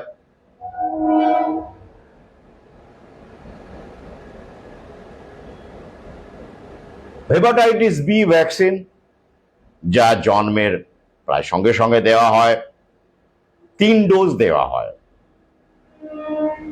তারপরে 6 মাস পরে একটি, তারপরে ওই মোটামুটি ভাবে 1-1.5 বছর এরকম সময়, এক্স্যাক্টলি মনে নেই আমার, এরকম সময়ে আরেকটি, অর্থাৎ 3টি ডোজ দেওয়া হচ্ছে হেপাটাইটিস বি ভ্যাকসিনের, যার মধ্যে সোডিয়াম বোরেট থাকছে। অর্থাৎ জন্মের পরই নবজাতকের শরীরে ঢুকে পড়ছে বন্ধ্যাত্ব ঘটাতে পারে এমন একটি উপাদান, যাকে ওরাই বলছে বিপজ্জনক, ইনজেস্ট করলে বিপজ্জনক, সংস্পর্শে এলে বিপজ্জনক। এই কাজে ব্যবহার করা হচ্ছে, সেটা ভ্যাকসিনের মধ্যে গুঁজে দিয়েছে। গেল এই একটি ভ্যাকসিন। টাইমিংটা দেখুন, টাইমিং আমি বারবার বলি, শুধু তথ্য দিয়ে হয় না, টাইমিংটা দেখতে হয়, সময়, কোন সময়। তারপরে আরো একটি ভ্যাকসিনের উল্লেখ করেছে, কি? HPV vaccine, cervical cancer vaccine, যা নিয়ে আমার বহু লাইভ আছে, ইউটিউবে রয়েছে, লেখালেখি আছে, বইপত্রে আছে। বিল গেটস এর ভ্যাকসিন, গার্ডাসিলের নাম উল্লেখ পর্যন্ত করে দিয়েছে। সেই ভ্যাকসিনই এক অন্য নামে আমাদের দেশে সেরাম ইনস্টিটিউট বানিয়ে ফেলেছে এবং বিল গেটসই পেছনে আছেন, ফান্ডিং করেছেন। সার্ভিভ্যাক বা এরকম নাম, সেটা আমাদের টিকাকরণ কর্মসূচিতে ঢোকানো হয়েছে, এখনো দেওয়া শুরু হয়নি। বিভিন্ন চাপ আছে, বুঝতেই পারছেন। অন্যতম চাপ অবশ্যই আমরা এবং আমাদের মতো মানুষ যারা বারবার করে সোচ্চার থাকছি সোশ্যাল মিডিয়াতে। এছাড়াও ওরা বুঝে গেছে ভ্যাকসিনের ব্যাপারটা, মানুষ ওই জাতীয় টিকাকরণের মাধ্যমে এইভাবে ঘন ঘন দিলে আবার মানুষ নিতে চাইবে কিনা, এই কারণে দেখবেন অনেক স্কুলে এনজিও দিয়ে দেওয়া হচ্ছে। পারলে রুখে দিন, অন্তত অভিভাবকদের সচেতন করুন। অনেক স্কুলেই, কলকাতার এবং গ্রামাঞ্চলের অনেক স্কুলেই কিন্তু এই ভ্যাকসিন দেওয়া হচ্ছে। সার্ভাইকাল ক্যান্সার ভ্যাকসিন বাংলাদেশেও দেওয়া হয়েছে, 9 থেকে 14 বছর মেয়েদের টাইমিংটা খেয়াল করুন, টাইমিংটা খেয়াল করুন। 9 থেকে 14, কোন সময় কোন সময় কোন সময়? যখন মেয়েরা ঋতুমতী হয়, অর্থাৎ মা হওয়ার ক্ষমতা অর্জন করছে প্রাকৃতিকভাবে। ঠিক সেই সময় তাদের শরীরে সোডিয়াম টেট্রাবোরেট বা সোডিয়াম বোরেট ঢোকানো হচ্ছে মঙ্গল কামনা করে। কি? সার্ভাইকাল ক্যান্সার ভ্যাকসিন থেকে আপনার সন্তানকে বাঁচানো হবে। বাঁচবে, কি মহৎ না? ওই যে আমার দুটো লাইন, সুস্থ করাটা ওদের লক্ষ্য, অসুস্থ থাকাটা আপনার চ্যালেঞ্জ। এটাই আসল কথা। এবার ভাবুন, এইসব কথায় লাইভে বললে, লেখালেখি করলে, বইপত্রে থাকলে কোন সংগঠন, কোন সংস্থা, কোন দেশ এরকম লেখককে পুরস্কার দেবে? সাহিত্য একাডেমি দেবে বা অমুক পুরস্কার দেবে? কেউ দেবে? দেবে না। তাতে কি বয়ে যায় আসে? হ্যাঁ, এইটাই তো সমস্যা। এই কারণেই তো মানুষ শয়তান হয়। ডাক্তারেরা শয়তান হন, বিজ্ঞানীরা শয়তান হন, লেখকেরা শয়তান হন, ভণ্ড হন। ওইটার জন্য যে না বাবা, এসব বললে, এসব লিখলে কর্তৃপক্ষের ভালোবাসা, অনুগ্রহ জুটবে না, অনেক সারা জীবন লড়াই করে যেতে হবে, সম্মান টম্মান জুটবে না, উল্টে অসম্মান জুটতে পারে, বড় বড় মঞ্চ পাওয়া যাবে না। এই কারণে, এই প্রলোভনের কারণেই বুঝেও অনেকে চুপ করে থাকে। প্রথমত বোঝেন অত্যন্ত কম, দু একজন যারা বোঝেন তারাও চুপ করে থাকেন। তারা সোশ্যাল মিডিয়াতে তো বলেনই না, কোথাও বলেন না, নিজেরা অ্যালার্ট থেকে যান। বাপরে, নিজে তো নেব না, বাকিরা যাক, ভাড়মে যাক, আমার তো মেডেলটা আসুক, আমি তো মঞ্চে উঠি, আমি তো উত্তরীয়টা পড়ি, আমি তো অমুক পুরস্কারটা পাই, ব্যাস মিটে গেল। বারবার এই জন্য বলি, the enemy is within us, within you. তাকে পদানত করুন, তাকে পদানত করুন।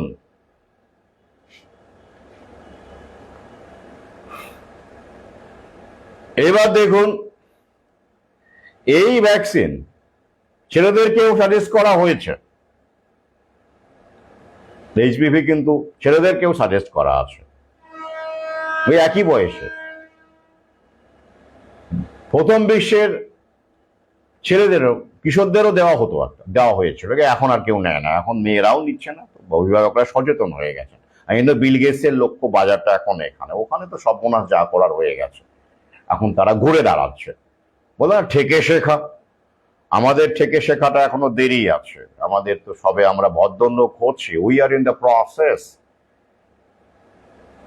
তাহলে 9 থেকে 14 যে কিশোরীদের দেওয়া হচ্ছে, যখন তারা মা হওয়ার জায়গায় পৌঁছেছে, যেটা কিন্তু আমাদের দেশে আগে কখনো দেওয়া হয়নি, নতুন সংযোজন। তাহলে বুঝতে পারছেন তো আগামীতে বন্ধ্যাত্ব কোথায় পৌঁছবে। চাইল্ডহুড ভ্যাকসিন গুলোতে তো আছেই, এই যেটা বললাম এখানে উল্লেখ করা আছে, হেপাটাইটিস বি উল্লেখ করা আছে, সেগুলো তো 1970-80 সালে জন্মানো বাচ্চা কাচ্চাদের দেওয়া হয়নি। তখন ওই পোলিওটাই মোটামুটি চলতো, কিন্তু এগুলো পরবর্তীকালে সংযোজন হয়েছে। অর্থাৎ আগামীতে এই সব ভ্যাকসিনের এবং আরো অন্যান্য ভ্যাকসিন, ডেঙ্গু ভ্যাকসিন এসে সামনের বছর, তার প্রতিটার মধ্যেই সোডিয়াম বোরেট থাকে। ওই যে ওটা তো থাকতেই হবে, পিএইচ লেভেলটা ঠিক রাখে না, অ্যাসিডিটি লেভেল, অ্যালকানিটি লেভেল, এগুলো তো ঠিক রাখতে হবে, তো রাখতেই হবে। ওটা পোটেনশিয়াল অফ হাইড্রোজেন, তাই রাখতেই হবে। তাহলে আগামীতে এই বন্ধ্যাত্ব কি হারে কোথায় পৌঁছবে কল্পনা করেছেন? সাম্প্রতিক কালে বিগত ওরা আশাকর্মী, স্বাস্থ্যকর্মী নিয়োগ করার ঘটনাটা দেখুন। এবং আগে কিন্তু চাইল্ডহুড ভ্যাকসিনেশনের হার আমাদের দেশে অত্যন্ত কম ছিল, অনেকেই নিতে চাইতেন না। তথাকথিত শিক্ষা বিস্তারের ফলে হিন্দু মুসলমান নির্বিশেষে দেখবেন এখন ভ্যাকসিন গ্রহণ করাটাকে শিক্ষা বলে মনে করছে। তারা মনে করছে এটাই অ্যাকচুয়ালি শিক্ষা, এটাই অ্যাকচুয়ালি সভ্যতা, এটাই অ্যাকচুয়ালি বিজ্ঞান। তারা মনে করছে, তাদেরকে সেভাবে ভাবানো হয়েছে। They are made to think they are in this way, ভাবানো হয়েছে। তাহলে এই প্রবণতাটা আমরা কতদিন ধরে মোটামুটি দেখতে পাচ্ছি? চাইল্ডহুড ভ্যাকসিনের রমরাম এবং স্বাস্থ্যকর্মী দিয়ে দেওয়ানো। আগে স্বাস্থ্যকেন্দ্র থেকে দেওয়া হতো, হসপিটাল থেকে দেওয়া হতো, কিন্তু পরবর্তীকালে ফলো আপ বাকিগুলো নিল কিনা সেটা হতো না। অনেক গার্জিয়ানই উদাসীন ছিলেন। ওটাই স্বাভাবিক, প্রকৃতির জাতক, দিয়ে দিয়েছে ব্যাস। কিন্তু এবার ফলো আপ করানো হচ্ছে যে পরের ডোজগুলো নিচ্ছেন তো আশা কর্মীদের দিয়ে, স্বাস্থ্যকর্মীদের দিয়ে ফোন করে বাড়িতে গিয়ে করা হচ্ছে। কেন করা হচ্ছে বুঝতেই পারছেন। তাহলে এইবার এই প্রসেসটা শুরু হয়েছে মোটামুটি ধরুন 2010 বছর, বিগত 10 বছর। আর একটুখানি যদি আমরা ধরি মোটামুটি 15 বছর যদি ধরি, মানে এই স্প্রেডটাকে যদি বলি, স্প্রেড মানে চাইল্ডহুড ভ্যাকসিনের যে স্প্রেডটা, বিস্তারটা গত 15 বছরে সর্বাধিক জায়গায় পৌঁছেছে এবং আগামীতে আরো পৌঁছবে। তাহলে এই যে জাতকেরা যারা ডজন ডজন ভ্যাকসিন নিচ্ছে ছোটবেলা থেকে এবং পরবর্তীকালে আরো নিতে থাকছে এবং এর কোনো শেষ নেই, তারা যখন বড় হবে তাদের কত শতাংশ মা বাবা হতে পারবে বলে আপনার ধারণা? আপনারা এখনো যারা মা হচ্ছেন, বাবা হচ্ছেন, খেয়াল করে দেখুন, তারা কিন্তু এতগুলো ভ্যাকসিন তাদেরকে ছোটবেলায় দেওয়া হয়নি। যেমন এমআর আমাদের দেশে দেওয়া হয়েছে, এমএমআর যেটা বলা হয় আমাদের দেশে এমআর, তো সেটা কি সেই সময় দেওয়া হতো? দেওয়া হতো না। এটা সাম্প্রতিক যুক্ত হয়েছে। এইভাবে অনেক অনেক ভ্যাকসিন সাম্প্রতিক কালে যুক্ত হয়েছে। আপনারা শুধুমাত্র সেই সময় হয়তো পোলিওটা নিয়েছেন বা আরো দু একটা নিয়েছেন বা বিসিজিটা নিয়েছেন, এই। কিন্তু যত দিন যাচ্ছে তত চাইল্ডহুড ইমিউনাইজেশন প্রোগ্রামের মধ্যে আমরা দেখতে পাচ্ছি নতুন নতুন ভ্যাকসিন যোগ করা হচ্ছে। এবং শুধু তাই নয়, ন্যাশনাল ইমিউনাইজেশন প্রোগ্রামেও যোগ করা হচ্ছে, যেটা আগে ছিল না। যেমন ডেঙ্গু দেখবেন ন্যাশনাল ইমিউনাইজেশন প্রোগ্রামে যোগ করা হবে, আগেই বলে দিচ্ছি মিলিয়ে নেবেন ডেঙ্গু। এমআর তো ইতিমধ্যেই যোগ করা হয়েছে। করোনাকেও যোগ করা, করোনা তো প্রোগ্রাম ছাড়াই হয়ে গেল ভয় দেখিয়ে প্যানিকবাজি করে। তবে এটাও যে আগামীতে ন্যাশনাল ইমিউনাইজেশন প্রোগ্রামের মধ্যে ঢুকে যাবে সেটা বলা যেতে পারে। প্যান্ডেমিক টিটিটা তো হয়েই গেল। অর্থাৎ আগামীতে আমরা দেখতে পাবো আরো আরো অনেক ভ্যাকসিন চাইল্ডহুড প্রোগ্রাম এবং ন্যাশনাল ইমিউনাইজেশন প্রোগ্রামের মধ্যে প্রবেশ করছে। অর্থাৎ সোডিয়াম বোরেট, সোডিয়াম টেট্রাবোরেটের মাত্রা আমাদের শরীরে বাড়তে থাকবে। তো দেখতেই পাচ্ছেন তো ইউরোপের যে নেগেটিভ জনসংখ্যা যেটা হয়েছে, আমি ইউরোপে গিয়েছি, থেকেছি, ফ্রান্স, সুইডেন, নরওয়ে ঘুরেছি, গ্রামে গঞ্জে পর্যন্ত ঘুরেছি। আমি আসলে বাস্তবটা বোঝার জন্য শহরে আটকে থাকিনি, ফ্রান্সের কমিউনগুলোতে পর্যন্ত ঘুরেছি, ইন্টেরিয়র এলাকাতে ঘুরেছি। সেখানে যেটা সার্ভে করে লোকের সঙ্গে কথা বলে যেটা জেনেছি এবং শহরের লোকের সঙ্গে কথা বলে জেনেছি যে অনেকেই সেখানে কিন্তু বাবা হতে চান কিন্তু পারছেন না। সেখানে লাইফস্টাইলের সমস্যা নেই, লেট ম্যারেজের প্রবলেম নেই অনেক কাপলের ক্ষেত্রে। এবং এইভাবে ইউরোপের এবং আমেরিকার জনসংখ্যাকে নেগেটিভ করে দেওয়া হয়েছে, চাপানো হয়েছে শুধু লাইফস্টাইলের ওপরে আর লেট ম্যারেজের ওপরে। ওগুলো ওয়ান অফ দ্য ফ্যাক্টরস হতে পারে, but not all the factors. একটাকে ওরা বারবার করে, যে মেইন ফ্যাক্টর, প্রিন্সিপাল ফ্যাক্টর, সেটাকে ওরা বারবার করে এড়িয়ে যাচ্ছে। সেটা হলো ভ্যাকসিন, ড্রাগ, ফার্মা কোম্পানি আর বিগ ফার্মা। তাহলে ওখানে নেগেটিভ বার্থ রেট, ভয়ানক অবস্থা। এবং ফার্টিলিটি ক্লিনিকের তো বুঝতেই পারছেন, ওখানে প্রচুর ব্যবসা ওরা করে নিয়েছে, আইভিএফ এর ব্যবসা প্রচুর করেছে। সেখানে স্যাচুরেটেড মার্কেট হয়ে গেছে, এখন আর লোকজন আর ওসবে যাচ্ছে না। এমনকি ডোনাল্ড ট্রাম্প আমেরিকায় বাবা মা হওয়াকে উৎসাহ দিচ্ছে, নরওয়েতে উৎসাহ দেওয়া হচ্ছে বাবা মা হওয়াকে। প্রাকৃতিক পন্থা ফিরে আসছে সেখানে, আমি ইংরেজে গিয়ে দেখেছি। তাই ওখানে বাজারটা গেছে ওদের। আর ডিপপুলেশনের প্রোগ্রামটা ওখানে মোরালেস সাকসেসফুল, কারণ ইউরোপের জনসংখ্যা দেখলেই বুঝতে পারবেন। তাহলে বাজার এখন কোনটা? এই তৃতীয় বিশ্ব, যেটাকে ওরা বলে তৃতীয় বিশ্ব, এবং এই আমাদের ভারতবর্ষ, শ্রীলঙ্কা, পাকিস্তান, আফ্রিকান, ল্যাটিন আমেরিকার কান্ট্রিগুলো, যেখানে মানুষের কাছে ডিসপোজেবল পয়সা আছে একটা সংখ্যক, কিছু সংখ্যক মানুষের কাছে, সবার কাছে নয়। They can afford IVF, they can spend up to 5 lakhs of rupees per cycle। এরকম মানুষ বেড়েছে, অবশ্যই এটা অনেক অনস্বীকার্য। মানে 140 কোটির দেশ, এরকম লোক 1 কোটি 2 কোটি থাকলেও তো অনেক, সংখ্যাটা আরো বেশি অবশ্যই আছেন যাদের ডিসপোজেবল ইনকাম আছে। তো তাই নয়, তারা আবার ওই তো EMI ও করে দেয়, জানেন তো, যাতে করে যেমন আপনি EMI দিয়ে বুলেট কিনছেন, মানে এনফিল্ড মোটর বাইক কিনছেন। একটা সময় দেখবেন বুলেট, এনফিল্ড মোটর বাইক কজনের কাছে থাকতো? কতিপয় লোকের কাছে থাকতো। কিন্তু এখন দেখবেন পথে ঘাটে যেখানে সেখানে যত তত্র এনফিল্ড মোটর বাইক। কেন? সবাই ভাবছেন কি ক্যাশ দিয়ে কিনেছে পুরোটা? না না না না, 70 থেকে 80% মানুষ তাদের মধ্যে এরকম একটা স্ট্যাটাস তৈরি করে, গ্ল্যামার তৈরি করে যে এনফিল্ড কিনবো, বুলেটে চাপবো, আর ওরা একটা গ্ল্যামার তৈরি করে, ওরা এমন একটা বাসনা তৈরি করে দেয়। This is called marketing techniques, brand value spreading, যে তারা ওই ইনস্টলমেন্ট দিয়ে মোটর বাইক নিচ্ছে। মানে বুলেটের মতো মোটর বাইক অনেকেরই কাজের জিনিস, অবশ্যই আমি বলছি না সেটা বিলাসিতা, অবশ্যই কাজের জিনিস। কিন্তু যখনই আপনি এরকম একটা বাইক কেনেন, আপনি পাহাড়ে যাচ্ছেন না, পাড়াতেই থাকেন, চায়ের দোকানে বুলেট মানে এনফিল্ড করে এসে আপনি চা খেতে আসছেন, কোনো লংয়ে যান না, যাওয়ার দরকার পড়ে না। তো তখন আপনি যখন এটা সংগ্রহ করছেন, কিনছেন EMI দিয়ে, তখন ওটা আপনি স্ট্যাটাস সিম্বলের জন্য কিনছেন বা আকর্ষণে কিনছেন, তাই তো? এটাই তো বাস্তব। তাহলে সেইটা বেড়ে গেছে।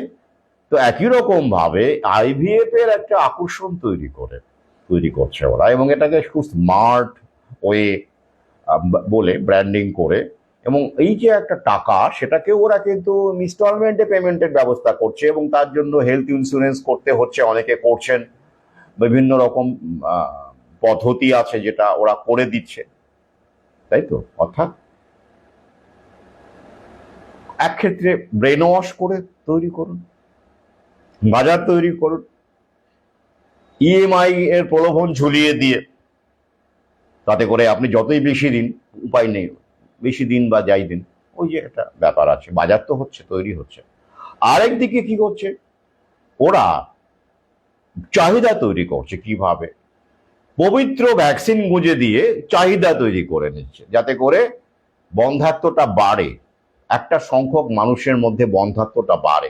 এটা যদি 10% হয়, 5% হয়, সেটাও অনেক আমাদের 140 কোটির দেশে, এবং সেটা নিয়ে ওরা ব্যবসা করবে। ভাবুন দেখি,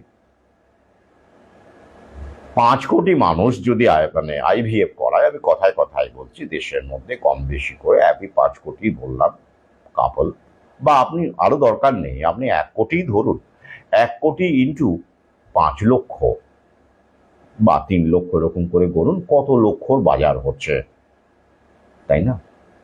তো এটা ওদের ট্যাকটিক্স। আপনি মানুন বা না মানুন, গভীরে গেলেই বুঝতে পারবেন, এটা আমার বিশ্লেষণ। তাহলে আরেকটা জিনিস খেয়াল করুন, যখন এই মেয়েরা মা হয়ে যাচ্ছে, মা হচ্ছে, তাদের কিন্তু আবার সার্ভাইকাল ক্যান্সার ভ্যাকসিন, HPV ভ্যাকসিনের জন্য জোর করা হচ্ছে না, দরকারই নেই, মা তো কেন? ওরা বলবে না না না, ওটা দরকার পড়বে না। তাহলে কাদের দিচ্ছে? যারা মা হয়নি, কিশোরীদেরকে। টাইমিংটা খেয়াল করো, 9 থেকে 14, এটাকেই জোর দেওয়া হচ্ছে স্কুলে স্কুলে। কেন? যাতে মা হতে না পারে। বা কমপ্লিকেশন হয়, জটিলতা তৈরি হয়, ফার্মা কোম্পানির ভাড়ারে কন্ট্রিবিউশন আসে, বা আলটিমেটলি শেষ পর্যন্ত আইভিএফ এ শরণাপন্ন হতে হয়। কোন দিকে যাবেন, চারদিকেই মুনাফার ফাঁদ ওরা করে রেখেছে। একটু আগেই চাইল্ড অ্যাডপশনের কথা বললাম, একই, ওটাও একটা উপার্জনের জায়গা। কর্মসংস্থান তো হচ্ছে এভাবেই সভ্যতা কর্মসংস্থান করছে, তাই না? বহু মানুষের কর্ম ছিনিয়ে নিয়ে, স্বাস্থ্য ছিনিয়ে নিয়ে, জীবিকা ছিনিয়ে নিয়ে কতিপয়ের কর্মসংস্থান। তাহলে এই দুটো টাইমিং খেয়াল করবেন। জন্মমাত্র হেপাটাইটিস বি, সেখানে উল্লেখ আছে কোন কোন ভ্যাকসিন, সব ভ্যাকসিনেই থাকে। আমি অমৃত সুব্রত দ্বিতীয় খণ্ডে লিখেছি, যারা আগ্রহী তারা পড়ছেন, দেখবেন একটা ভ্যাকসিনের তালিকা আছে, ভ্যাকসিনের ইনগ্রিডিয়েন্টসের তালিকা আছে, সেখানেই আছে কি কি থাকে এবং সেগুলো কতটা বিপজ্জনক, কি কি ভয়ঙ্কর ভয়ঙ্কর কাজ করতে পারে, সেগুলো সেখানে লেখা আছে। তো তালিকা দিয়ে আমি ছেড়ে দিইনি, সেগুলো অ্যাডভার্স হেলথ ইভেন্টস কি ঘটাতে পারে সেগুলো উল্লেখ করে দিয়েছে এক এক করে, এবং এমনিতে কি কি কাজে ব্যবহার হয় সেটাও উল্লেখ করা। এই যেমন সোডিয়াম টেট্রাবোরেট বা সোডিয়াম বোরেট ডিটারজেন্টে ব্যবহার হচ্ছে, সেটাও বললাম। পিঁপড়ে মারে ইনসেক্ট কিলার হিসেবে ব্যবহার হয়, সেটাও বললাম। ইমালসিফায়ার হিসেবে ব্যবহার হচ্ছে, বাফারিং এজেন্ট হিসেবে ব্যবহার হচ্ছে, প্রিজারভেটিভ হিসেবে ব্যবহার হচ্ছে, সেগুলোও বললাম। এবং আসল যে ব্যবহার হচ্ছে ভ্যাকসিনে কারণটা, সেটা ওরা বলবে না আপনাকে, ওরা বলবে পিএইচ লেভেলকে ঠিক রাখার জন্য আমরা ব্যবহার করে থাকি, ব্যাস। শয়তান কোথায় খোঁজেন আপনি? শয়তান সিনেমায়, পর্দায় ভয়ঙ্কর ভয়ঙ্কর দেখবেন সব আছে, শয়তান, সিরিয়াল কিলার, স্ল্যাশার, ভয়ঙ্কর ভয়ঙ্কর সব সিনেমা আছে, শয়তান চিত্রিত করে এক ভয়ঙ্কর সব মানুষ মেরে যাচ্ছে, একেবারে তাড়া করছে।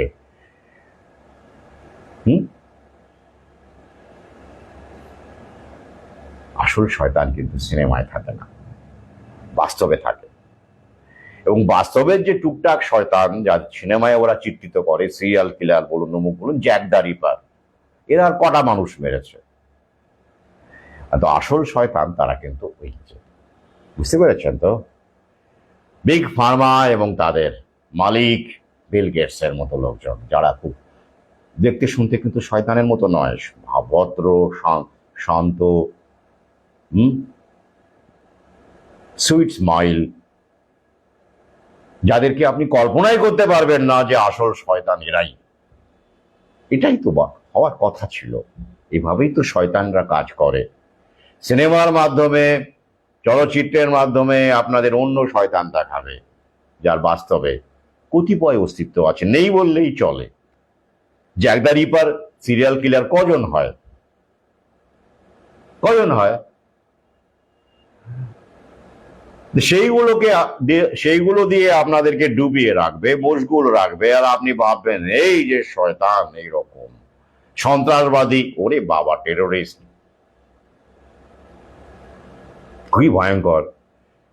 তো এগুলোতে আপনারা ব্যস্ত থেকে আসল শয়তানদের নিয়ে, কিন্তু বিল গেটসকে নিয়ে বা এরকম যারা রয়েছেন তাদের যে উদ্দেশ্য এবং মুনাফাবাজি, সেগুলো কিন্তু আপনাদের সামনে আনা হবে না। এই আমাদের মতো কিছু মানুষ আনেন এবং অপ্রিয় ভাজন হন, কেউ কেউ ভালোবাসেন, পাশে থাকেন, তাদের সংখ্যা কম। বেশিরভাগ মানুষই শত্রু হিসেবে দেখেন, স্বাভাবিক। তাদের জীবিকাতে কোনো না কোনো ভাবে, তাদের পেশায়, সবাই তো ম্যাট্রিক্সের মধ্যে আছি, আমি না, আমরা তো সবাই আছি। তো এই সিস্টেমেই তো অনেকেই করে কমবে খাচ্ছেন। তো আমি চাই বা না চাই, এসব সত্য উচ্চারণে তাদের জীবিকা, তাদের ব্যবসায় কোনো না কোনো ভাবে একটা নেগেটিভ ইমপ্রেশন আসে। কি করবো বলুন, আমাকে তো আমার কাজ করে যেতে হবে, এটাই আমার নিয়তি। আমি জানি সব, বুঝি সব। এভাবে অনেক পাঠক, অনেক তথাকথিত সহযোগ, তথাকথিত বললাম, এটাই আমার উপর রেগে যান। প্রথম প্রথম সঙ্গে থাকেন, তারপরে যখন দেখেন যে না, তাদের ট্রেড বা তাদের জীবিকাও আমার লাইভের বিষয় হয়ে যাচ্ছে, কিছু করার নেই আমার, এটাই তো আমি। কারণ এই সভ্যতা আমাদের একটা চক্রব্যূহের মধ্যে ফেলেছে, চক্রব্যূহের দিন রাত্রি আমরা যাপন করে চলেছি। তো সেখানে আপনি যে সিস্টেমের বিরুদ্ধেই বলুন না কেন, আপনার কোনো না কোনো আপনজন, কোনো না কোনো প্রিয়জন, কোনো না কোনো কেউ সেই সিস্টেমের মধ্যে আছে, মানে সেই পেশার মধ্যে আছে, পেশার সঙ্গে যুক্ত আছে। তারা তো অফেন্ডেড হবেনি, কিন্তু মুক্ত মনে বিচার করলে তারা অন্তত এইটুকু বুঝতে পারেন যে না, আমি বাধ্য হয়ে এই কাজটা করছি, কিন্তু ঠিক আছে করছি।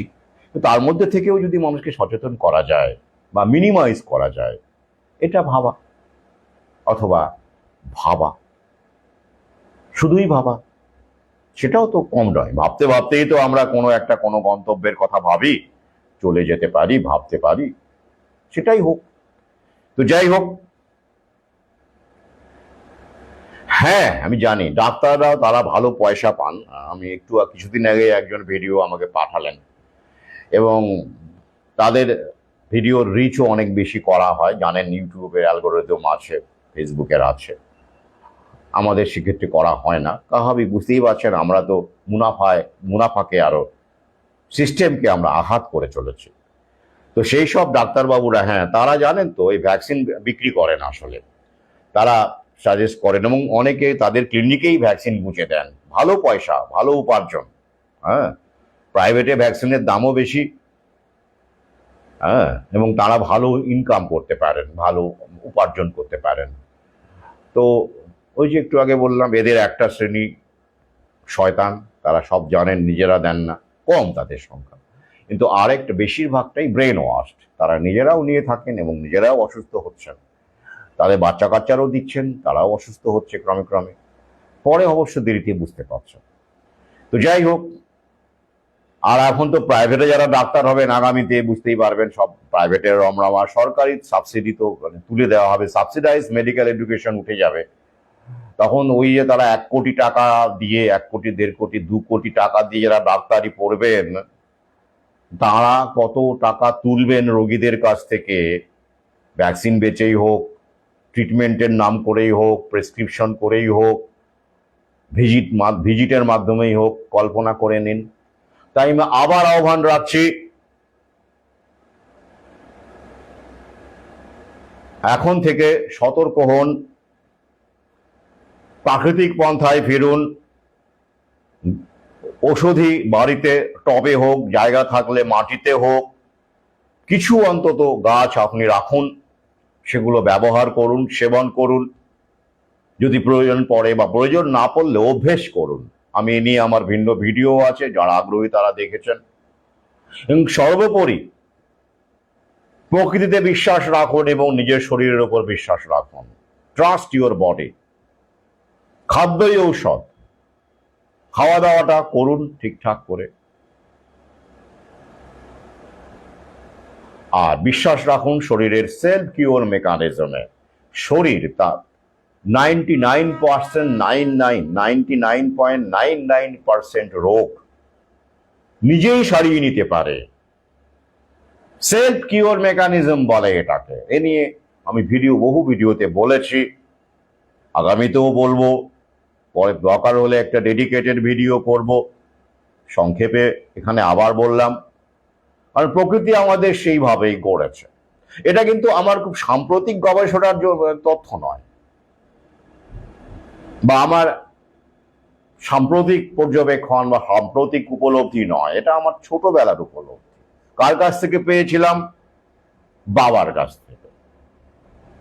এই যে কথাটা উচ্চারণ করলাম যে শরীর 99.99% রোগ নিজে নিজেই সারিয়ে তুলতে পারে, এটা বাবার উচ্চারণ, আমার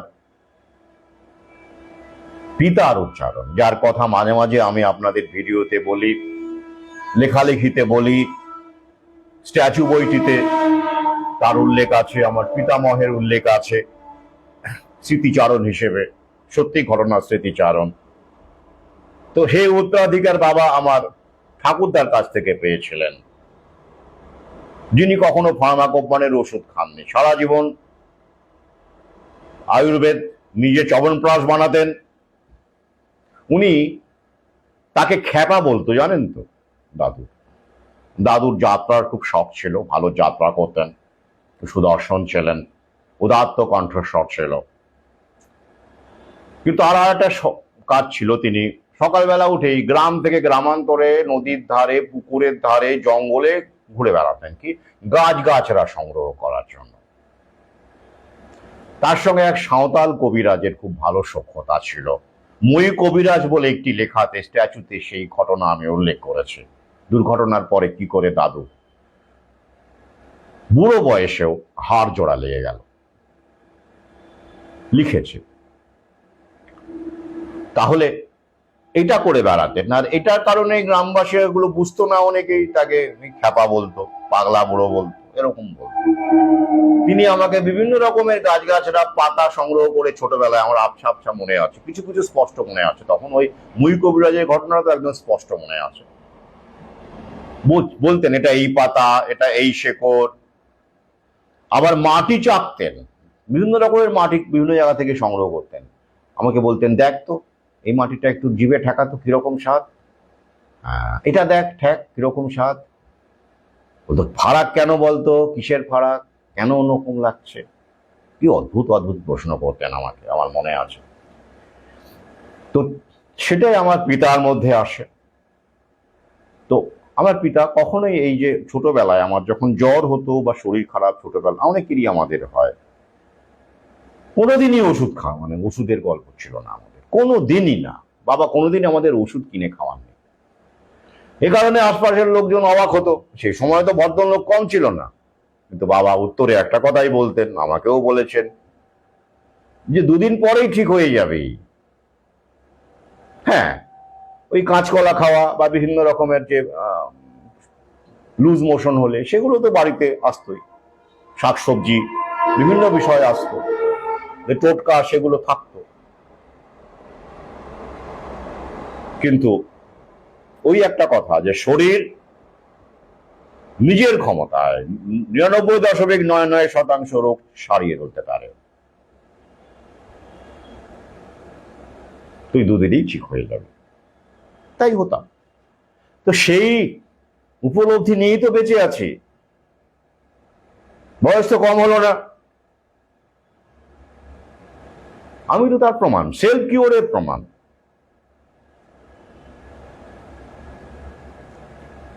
আর দাদু আরেকটা কাজ করতেন, হোমিওপ্যাথি, তার একটা বাক্স ছিল।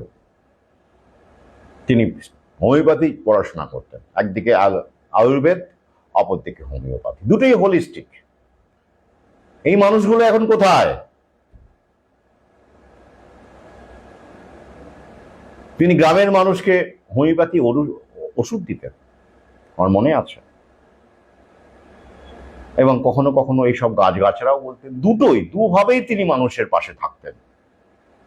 খ্যাপা বলা লোকগুলোই তার কাছে শরণাপন্ন হতো।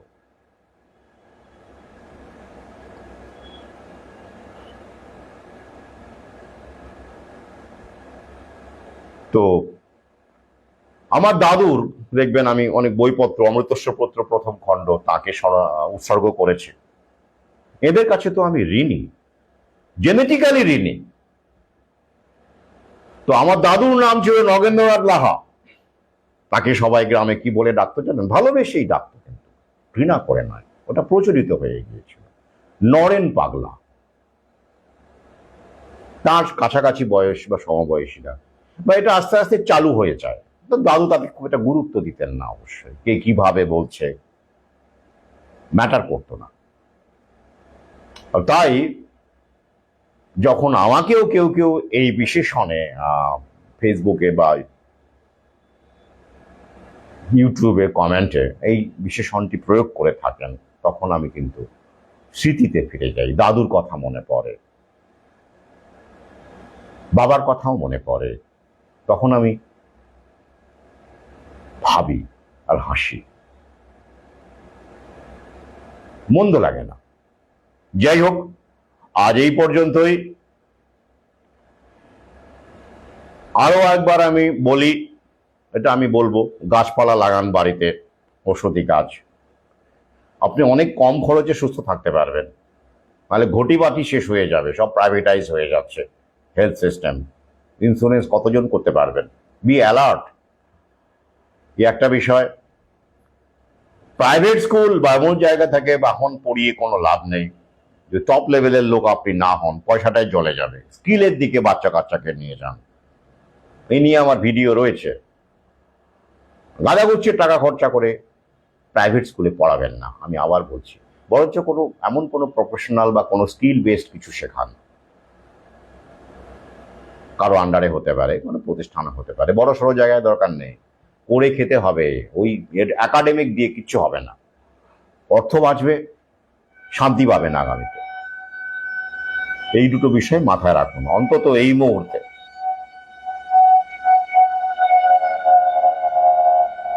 যাবার আগে আমি আরো একবার বলি, যারা আমার বই সংগ্রহ করছেন তাদের প্রতি আমার ভালোবাসা এবং অবশ্যই সাধুবাদ জানাবো, কারণ তারা আমার এই লড়াইয়ে গ্রামে গঞ্জে ঘোরা থেকে শুরু করে বিভিন্ন ক্ষেত্রে তাদের এই বই সংগ্রহ করাটা আমার কাজে লাগছে। কেন বুঝতেই পারছেন। যারা কুরিয়ারে সংগ্রহ করছেন বা কলেজ স্ট্রিট থেকে সংগ্রহ করছেন, যেভাবেই করুন না কেন, তাদেরকে আমি অবশ্যই, তারা আমার পাশে আছেন। সবাই তো আর মারমুখী যোদ্ধা হতে পারেন না, তাদের সংসার আছে, পরিবার আছে। এবং যারা উদ্যোগ নিচ্ছেন কোনো ঘরোয়া সভার, আমি অনেকের নাম বারবার করে বলি, তাদের জন্য আমি গর্বিত। যারা গ্রামে গঞ্জে বিভিন্ন সভার আয়োজন করেন, তাদের নিয়ে আমার ভিডিও হয়েছে ইউটিউবে, তারা কাজ করছেন। এবং যাদের নাম আমি জানি না, অনেকে তো আমার তারা আমাকেও চেনেন না, তারা হয়তো অজান্তে মানুষকে এই নিজের উপলব্ধি থেকে, আমাদেরকে না চিনে না জেনে নিজের উপলব্ধি থেকে তারা মানুষকে অ্যালার্ট করছেন। করোনা ভ্যাকসিন নেওয়ার পরে যা ঘটেছে, তাদেরও আমি সম্মান জানাই, শ্রদ্ধা জানাই। আর ওষুধের উপরে যে, গাছের উপরে যে আমি ভিডিওটি করেছি, তারা অনেকে আমাকে মেসেজ করেছেন, আমি কয়েকজনকে উত্তর দিয়েছি। আর ওখানে তো ডিরেকশন দেওয়াই আছে, সহজ ডিরেকশন উনি দিয়েই দিয়েছেন, পারলে ঘুরে আসুন। আমি নিজে অনেকটা সময় কাটিয়েছি সেখানে গিয়ে, আবার যাব। ঘুরে আসুন, সময় সুন্দর, পরিবেশ ভালো লাগবে, পাখির ডাক শুনতে পাবেন, দেখবেন কত আম পড়ে আছে, ফ্রিতে আম খেতে পারবেন। সে আমের কি স্বাদ! দেশি আম, হিমসাগর নয়, অজানা আম, নাম না জানা আম। ছোটবেলায় এরকম আম বহু খেয়েছি আমরা। পড়ে পড়ে নষ্ট হচ্ছে, আমিও বেশ কিছু আম নিয়ে এসেছি, ভালোবেসে দিয়েছে। কথা বলুন, গাছ চিনুন, কারণ গাছগুলোকে তো বাঁচাতে হবে আমাদের। এই কারণেই তো ভিডিও করা, গাছগুলো বাঁচাতে হবে আমাদের।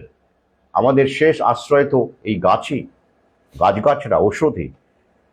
আমরা না জেনে বহু গাছকে মেরে ফেলছি, কেটে ফেলছি, এটা উনিও বলেছেন। তাই অন্তত গাছগুলো চেনার চেষ্টা করুন আশপাশে। শুধু কয়েকটি গাছ নিয়ে আলোচনা হয়েছে, দেখবেন আরো অনেক গাছ এখানে আছে। আমি তো আবার সেখানে যাব। কথা বলুন,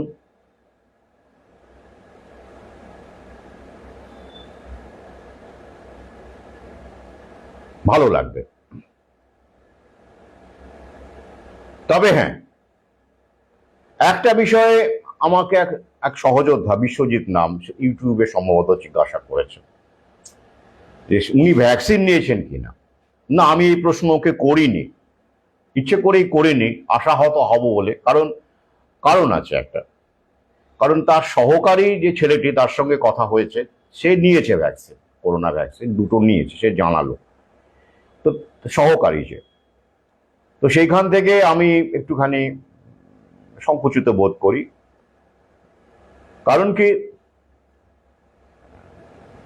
আসলে এই বিষয়টা একদমই, করোনা ভ্যাকসিনের বিষয়টা তো অনেক ব্যাপার আছে সেখানে, শুধু প্রজ্ঞা নয়, সেখানে প্যানিক কাজ করেছে। প্যানিক প্রজ্ঞাকে পরাজিত করে অনেক ক্ষেত্রেই, বা পরিস্থিতি, চাপ, অনেক কিছু আছে। এ একটা কারণ। আরেকটা কারণ, যে উত্তরটা যদি দেখা যায় হ্যাঁ নিয়েছি, তো তাহলে আমি আশাহত হব, ভালো লাগবে না আর কি। তো এই জন্য ইচ্ছে করে এড়িয়ে গেছি, ওকে আমি প্রশ্নটা করিনি। তোমার সহকারী যে ছেলেটি থাকে, সে নিয়েছে, সেটা সে, আমি তাকে প্রশ্ন করেছিলাম, সে বলেছে হ্যাঁ নিয়েছে। সে, তার সঙ্গে আমি ভ্যাকসিন নিয়ে অনেক আলোচনা করেছি অবশ্যই। সেটা নিশ্চয়ই তার কাছে পৌঁছে যাবে। তার সঙ্গে আলোচনা করেছি ভ্যাকসিনের বিষয়ে, কিন্তু এইটার বিষয়ে ডাইরেক্ট প্রশ্ন করিনি। আমি ধরে নিতে চাইছি যে তিনি নেন, এটাই আমার ভালো লাগার জায়গা। আর আরেকটা বিষয় আপনাদের বলি, করোনা ভ্যাকসিনের বিষয়টা যেভাবে আনা হয়েছিল এবং যেভাবে মিডিয়াকে দিয়ে সরকারকে দিয়ে আনা হয়েছিল, তাতে করে অনেক প্রজ্ঞাবান মানুষও সেখানে কিন্তু পদানত হয়েছেন। আমি আরো ভালো করে বললে হবে, প্যানিকাহত হয়েছেন। কারণ আমি এরকম বহু মানুষকে জানি, পরে যাদের সঙ্গে আলাপ হয়েছে, তারা তাম্রপাত্রে জল খান, সাত্ত্বিক আহার করেন, ঈশ্বরে বিশ্বাস রাখেন, সাধক মানুষ। কেউ একেবারে গেরুয়াধারী সাধু, কেউ গৃহী জীবনের সাধু, চিরকুমার। এমন মানুষ এমন জীবন যাপন করেও ভ্যাকসিন নিয়েছেন, করোনা ভ্যাকসিন নিয়েছেন। আগে কোনো ভ্যাকসিন নেননি, তাদের জ্ঞানও তো নেই, কিন্তু করোনা ভ্যাকসিনটা নিয়েছেন। এরকম বহু উদাহরণ আছে আমার কাছে, বহু সাধু মহারাজ। এমনকি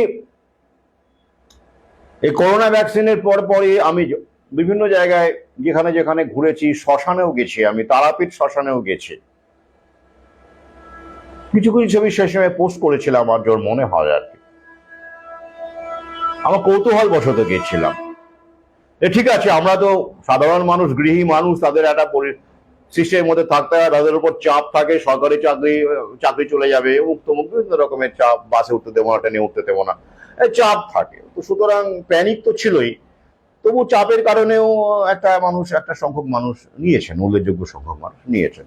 কিন্তু এইসব সাধু সন্ন্যাসী, যারা নাগা সন্ন্যাসী, যাদের এরকম কোনো ব্যাপার নেই, চাকরি বাকরিও করেন না, পরিবারের চাপ নেই, প্রিয়জনের চাপ নেই, তুমি ভ্যাকসিন না নিলে আমি আত্মহত্যা করবো এমন বলার লোকও নেই, তো তাদের ক্ষেত্রে আমার একটু দেখার উদ্দেশ্য ছিল। তাই আমি সব তো আর ভিডিও করা সম্ভব হয় না, বলাও সম্ভব হয় না, আজকে মনে পড়লো, আমি এই জন্য বলছি। আমি বহু মিশন, মঠ, আশ্রম, অঘরী বাবা, বালুরঘাটে আছে অঘরী বাবার আশ্রম, থেকে শুরু করে নাগা সন্ন্যাসী, তারাপীঠ, মহাশ্মশান, এছাড়াও বিভিন্ন এলাকায়, বিভিন্ন শহরের, জেলা শহর বা গ্রামের যে শ্মশানগুলো আছে, যেখানে এখনো কিছু কিছু এরকম মানুষ পাওয়া যায় যারা শ্মশানে থাকেন, কম আছে সংখ্যা কিন্তু থাকেন।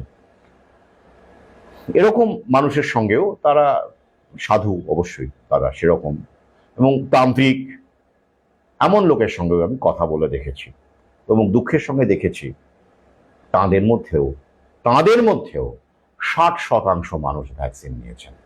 60 to 70%, not a matter of joke.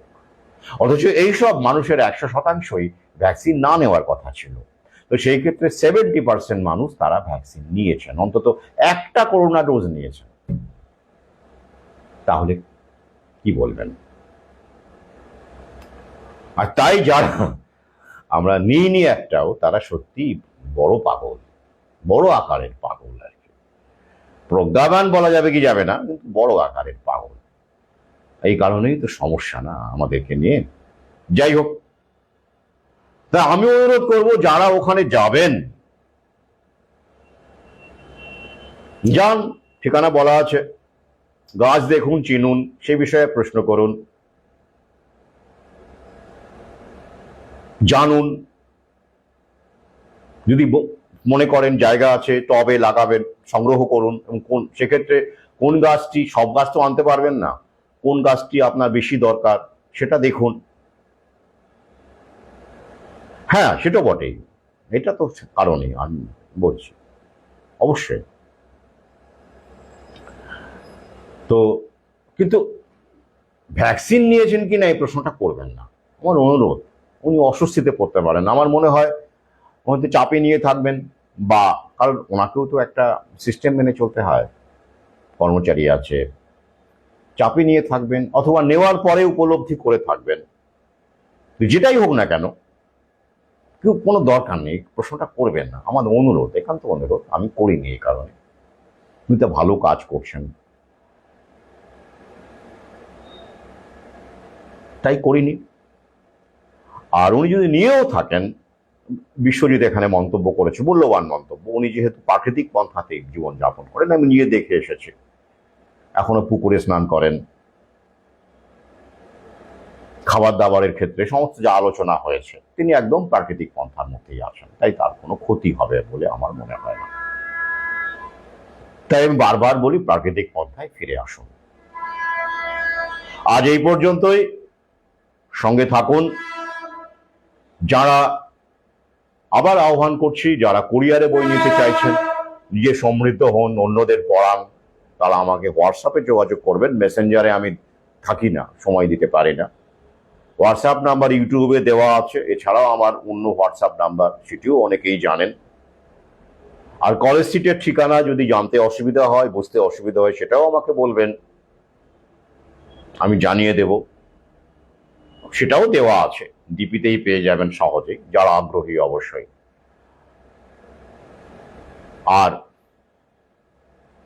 আবার বলবো, গাছ লাগান বাড়িতে, যান সেখানে, গাছগুলো সুলভ মূল্যে সেখানে আছে, আমি দেখে এসেছি। You can easily afford. মানুষটির চেষ্টাকে সম্প্রসারিত করুন, নিজেরা সচেতন হন, এবং মানুষটির যাতে করে অন্তত বিভিন্ন জায়গায় তাকেও ঘুরতে হয়। এই যে বললাম, আমারও তো যা কাজ, এক অর্থে তিনিও তো সেই কাজটাই করছেন, অন্য ফিল্ডে করছেন। তাই এই দিক থেকে দেখলেও সেটাও তার পাথেও হবে, অবশ্যই আপনারা যদি সংগ্রহ করেন। আজ এই পর্যন্তই। সঙ্গে থাকুন, আবার কথা হবে, এবং প্রশ্ন করুন, বিনা প্রশ্নে কিছু গ্রহণ করবেন না।